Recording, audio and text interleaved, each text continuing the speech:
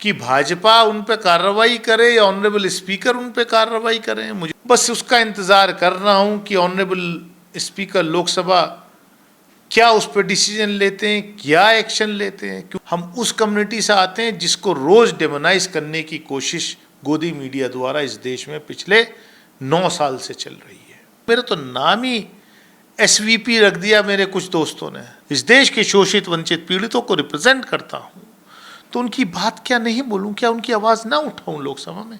आप मुझे ऐसे डरा लेंगे, आप मुझे ऐसे धमका लेंगे। आपने मेरी वर्बल लिंचिंग लोकसभा में कर दी, आप मेरी फिजिकल लिंचिंग के लिए अब नया नैरेटिव तैयार कर रहे हो।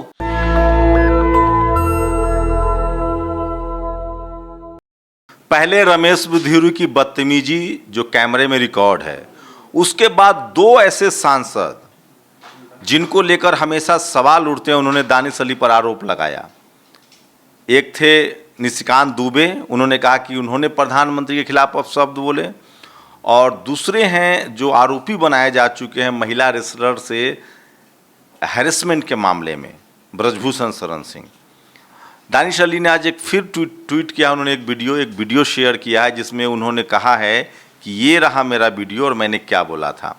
ये आपने निशिकांत दुबे के उन सवालों का जवाब दिया है वो वीडियो से। देखिए, जिस तरीके की भाषा का प्रयोग वो करते हैं वो उनकी शाखाओं और मोदी जी की पाठशाला में पढ़ाई जाती होंगी। हमारा तो ये संयम देखिए, हम तो उस स्कूल ऑफ थॉट के हैं कि हमें गालियां दी गई, हमारे पूरे समाज को गालियां दी गई, हमारे समुदाय को गालियां दी गई, उसके बावजूद हमने पार्लियामेंट की, लोकसभा की सेंटिटी को, लोकतंत्र के उस मंदिर को जो बाबा साहब डॉक्टर भीमराव अंबेडकर के संविधान से देश चलता है, वो अपवित्र ना हो जाए। तो जो गालियां उन्होंने दी उसको हमने अपनी जुबान से लोकसभा के पटल पर रिपीट भी नहीं किया। हमने सिर्फ जो वहां कहा वो सिर्फ एक अल्फाज यूज किया। देखिए, हमने तो देखिए हमने वो सारी गालियां रिपीट नहीं करी हैं।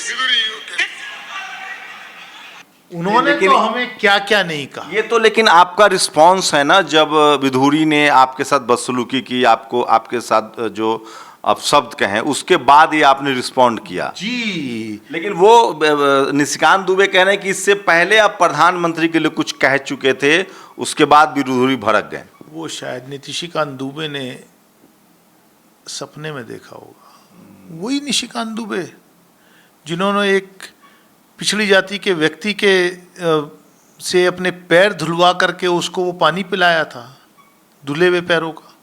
वही निशिकांत दुबे है ना वो।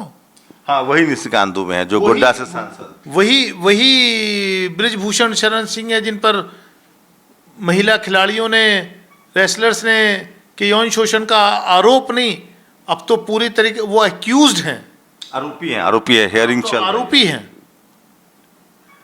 वही है ना, वो हमें पाठ पढ़ाएंगे। अच्छा, बस आपने खुद कहा था पहले दिन कि संसद में और भी कैमरा लगे होते हैं, तो वो अब अगर आपने कुछ कहा प्रधानमंत्री को तो वो वीडियो अब तक वो लोग जारी नहीं कर पाए, क्योंकि कुछ है ही नहीं। ये तो 48 घंटे बाद बीजेपी का क्राइसिस मैनेजमेंट ग्रुप जो है जागा कि कुछ तो निकालो दानिश अली के खिलाफ, कुछ तो ऐसा नैरेटिव सेट करो जो कम से कम कुछ। वो एक कहावत है ना अंग्रेजी में, if you can't convince you must try to confuse. वो काम हो रहा है और ये तो मास्टर है इस काम के। तो अब आपका अगला कदम क्या होगा? मैं तो इंतजार कर रहा हूं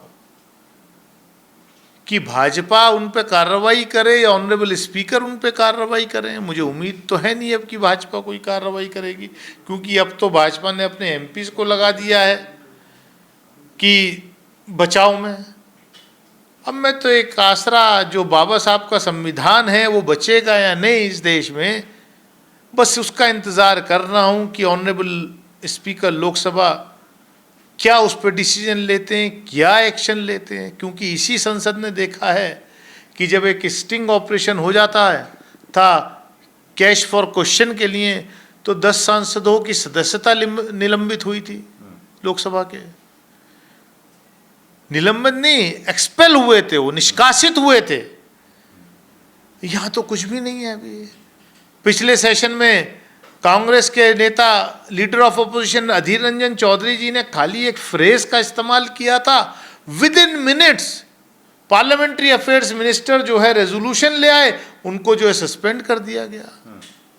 दूसरे हाउस में के 2 सांसद आम आदमी पार्टी के, राघव चड्ढा और संजय सिंह खाली ये मांग कर रहे थे कि भाई मणिपुर में जो महिलाओं के साथ वहाँ जो हुआ है, निर्वस्त्र करके जो रेप हुआ है, उस पर बहस करो, उस पर कोई कार्रवाई करो। वो आज तक सस्पेंड चल रहे हैं।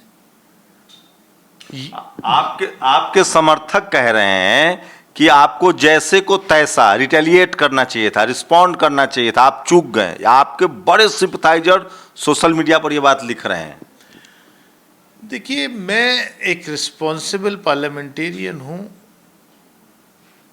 एमपी बनने के बाद कुछ जिम्मेदारियां भी आ जाती हैं। आपका जो आचरण, और क्योंकि हम माइनॉरिटी कम्युनिटी से आते हैं, हम उस कम्युनिटी से आते हैं जिसको रोज़ डेमोनाइज करने की कोशिश गोदी मीडिया द्वारा इस देश में पिछले 9 साल से चल रही है। तो हमें अपने आचरण से ये बताना था कि हम किसको रिप्रेजेंट कर रहे हैं, हम अपने क्षेत्र को रिप्रेजेंट कर रहे हैं, हम अपनी कम्युनिटी को रिप्रेजेंट कर रहे हैं। उन्होंने गालियां दी, उन्होंने हमारे समुदाय को गाली दी, हमें गाली दी, लेकिन उसके बावजूद ये अपने आप को मर्यादा पुरुषोत्तम राम का भक्त कहते हैं, लेकिन इनको संसद की मर्यादा भी नहीं रखी इन्होंने। हम उस माहौल में पले बढ़े हैं जहां पर सबको मिलजुल करके जीना सिखाया है, और हम उस मजहब से आते हैं जिस मजहब के प्रॉफिट के ऊपर रोज एक औरत जब कूड़ा फेंकती थी, गंदगी फेंकती थी और हंसती थी, और हमारे प्रॉफिट जो है मुस्कुरा करके निकल जाते थे। हम उस गांधी के सिपाही हैं, हम उस अंबेडकर के सिपाही हैं, हम उस मौलाना आज़ाद के सिपाही हैं जिन्होंने इस भारत का सपना देखा था। आप ही को क्यों टारगेट किया गया? कई और भी माइनॉरिटी के सांसद हैं, इसकी कुछ वजह आपको समझ में आ रही है? वाई दानिश अली? उसकी वजह तो ब्रजभूषण शरण सिंह ने बताई थी ना, समझ नहीं आया। उन्होंने कहा कि दानिश अली ही हमेशा जो है टोकते हैं, जब प्रधानमंत्री बोलते हैं जब टोकते हैं, जब गृह मंत्री बोलते हैं जब टोकते हैं। अरे भाई, जनता ने हमें चुन करके भेजा है, जनता ने हमें विपक्ष में बैठने का दायित्व दिया, विपक्ष के सांसद होने के नाते हम अपना कर्तव्य निभा रहे हैं। हम कोई आपकी पाठशाला में तो आए नहीं है, आपके गुरुकुल में तो आए नहीं है कि आप आएंगे खाली हमें भाषण देंगे चले जाएंगे। आपने देखा होगा पिछले सत्र में जब अविश्वास प्रस्ताव इस सरकार के खिलाफ आया था, तो हमने ही रेस किया कि इधर अविश्वास प्रस्ताव डिस्कस हो रहा है, उधर जो है स्क्रोलिंग चल रही थी संसद टीवी पे, मोदी सरकार के 9 साल का अचीवमेंट बताया जा रहा था। तो एक जागरूक सांसद होने के नाते हमने उठाया, तो उनको लगता है कि पूरा विपक्ष शांत बैठा था, यही क्यों, दानिश अली ही क्यों? और उनकी नफरत की राजनीति में तो दानिश अली वैसे भी फिट नहीं होता, तो इसलिए उनको दर्द होता है। अभी इसी सत्र में, स्पेशल सत्र में, जब देश के गृह मंत्री बोल रहे थे, जब उन्होंने कहा कि महिला आरक्षण पहली बार देवेगौड़ा जी ने इंट्रोड्यूस किया जब कांग्रेस विपक्ष में थी, तो हमने कहा इसको दुरुस्त कर लीजिए माननीय गृह मंत्री जी, या तो आपको जानकारी ही नहीं है या आप देश को मिसलीड कर रहे हैं। अमित शाह को कहा, अमित शाह जी है ना शायद गृह मंत्री, हमने उन्हीं को कहा कि आपको या तो जानकारी नहीं या आप मिसलीड कर रहे हैं। हमने स्पीकर को कहा, सब खड़े हो गए, भड़क गए मेरे इस पे, बोले क्या कह रहे हो? मैं सही कह रहा हूं। ये कह रहे हैं कि कांग्रेस विपक्ष में थी उस वक्त। मैंने सिर्फ याद दिलाया कि कांग्रेस विपक्ष में नहीं, कांग्रेस के समर्थन से देवेगौड़ा जी प्रधानमंत्री थे और भाजपा विपक्ष में थी। वो गृह मंत्री ने एक्सेप्ट किया, उन्होंने माना कि हाँ आप ठीक कह रहे हैं। फिर उन्होंने कहा ये सरकास्टिक, उसी कांग्रेस ने उनको बाहर निकाला। ठीक है, जो आप बोलिए, मैं उस पर आपत्ति नहीं करूंगा, लेकिन गलत चीज लोकसभा के रिकॉर्ड में चली जाए, आने वाली नस्लें उसको पढ़ेंगी, तो और मेरे जैसा जागरूक सांसद अगर वहां बैठा है तो मैं उसको अपना फर्ज समझता हूं, जिस फर्ज को मैं निभाता हूं। क्या आप एक जागरूक सांसद हैं? आप लगातार SC ST OBC शोषित वंचित समाज के मुद्दे को ताकत से उठाते रहे हैं, इसकी वजह से खामियाजा भुगतना पर आपको प्लान वे में लिंच करने की कोशिश हुई, वर्बल सब कुछ जान के हुआ है या ये एक्सीडेंटल था? मेरे ख्याल से ये जानबूझ करके हुआ है, क्योंकि मैं हमेशा लगातार वंचित समाज की बात लोकसभा में करता हूँ। मेरा तो नाम ही SVP रख दिया मेरे कुछ दोस्तों ने लोकसभा के अंदर, SVP। देखो जब मैं बोलने खड़ा होता हूँ तो पीछे उधर से कमेंट आता है, देखो SVP ये बोलने खड़ा हो गया, तो मैंने एक SVP किया, क्योंकि शोषित वंचित पीड़ित, यानी कि शोषित वंचित पीड़ितों की बात करने वाला अब बोलने खड़ा हो, तो ये मेरा अपराध है क्या? मैं जिस समाज को रिप्रेजेंट करता हूं, इस देश के शोषित वंचित पीड़ितों को रिप्रेजेंट करता हूं, तो उनकी बात क्या नहीं बोलूं? क्या उनकी आवाज ना उठाऊं लोकसभा में? आप मुझे ऐसे डरा लेंगे, आप मुझे ऐसे धमका लेंगे। आपने मेरी वर्बल लिंचिंग लोकसभा में कर दी, आप मेरी फिजिकल लिंचिंग के लिए अब नया नैरेटिव तैयार कर रहे हो। तो आगे क्या, कैसे बचेंगे आप? अगर आपको लग रहा है कि वो लोग कुछ भी कर सकते हैं, पावरफुल हैं, जहां चारों तरफ चुप्पी है, संसद से लेकर सड़क तक चुप्पी है, ये सच्चाई है। न शरद यादव है, न लालू यादव है संसद में, न ऐसे लोग, तमाम लोग नहीं हैं, रामविलास पासवान नहीं है। अब आप एक अकेलौता सांसद हैं जो बोलते थे शोषित वंचित समाज के लिए। तो इस लड़ाई को अब आगे कैसे बढ़ाएंगे आप?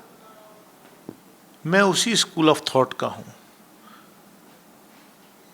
जहां शायद आपको जानकारी नहीं है, आपको तो होगी मेरे ख्याल शंभू जी, कि शरद जी के साथ, आज वो इस दुनिया में नहीं है, हमने स्टूडेंट लाइफ से उनके साथ घंटों घंटों बिताए हैं, और मैं, मेरा छात्र जीवन की राजनीति के वो ट्रेनर है।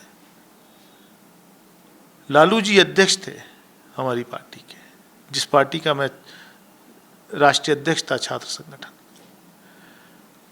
तो हम डरने वाले लोग नहीं हैं। आप कितना ही भी जुल्म कर लो, कुछ कर लो, और ऊपर वाला रक्षा करता है, हम उसमें भी बिलीव करते हैं।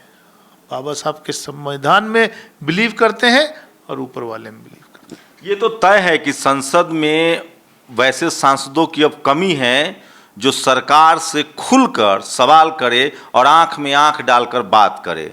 क्या दानिश अली को इसी का खामियाजा भुगतना पड़ रहा है कि वो लगातार, जब से इस संसद में चुने गए हैं, वो लगातार सरकार के सामने खड़े होकर सवाल पूछ रहे थे? आपकी प्रतिक्रिया क्या है? सोशल मीडिया आपको मौका देता है कि सर सिर्फ आप वीडियो, टीवी, अखबार की तरह देखें ही नहीं, अपनी प्रतिक्रिया भी हमें सीधे सीधे दे सकते हैं। अगर आपका कोई सवाल हो तो वो भी लिख सकते हैं। आपकी प्रतिक्रिया बहुत ज़रूरी है। कैमरा नासिर के साथ शंभू कुमार सिंह, नेशनल दस्तक, दिल्ली। नेशनल दस्तक की आपसे गुजारिश है कि अगर इसको बचाना चाहते हैं तो नेशनल दस्तक को सब्सक्राइब करने के लिए रेड कलर के सब्सक्राइब बटन को दबाएं, फिर बेल आइकन की घंटी दबाएं। नेशनल दस्तक को बचाने के लिए बहुत जरूरी है कि हर खबर को शेयर करें, लाइक करें, कमेंट जरूर करें।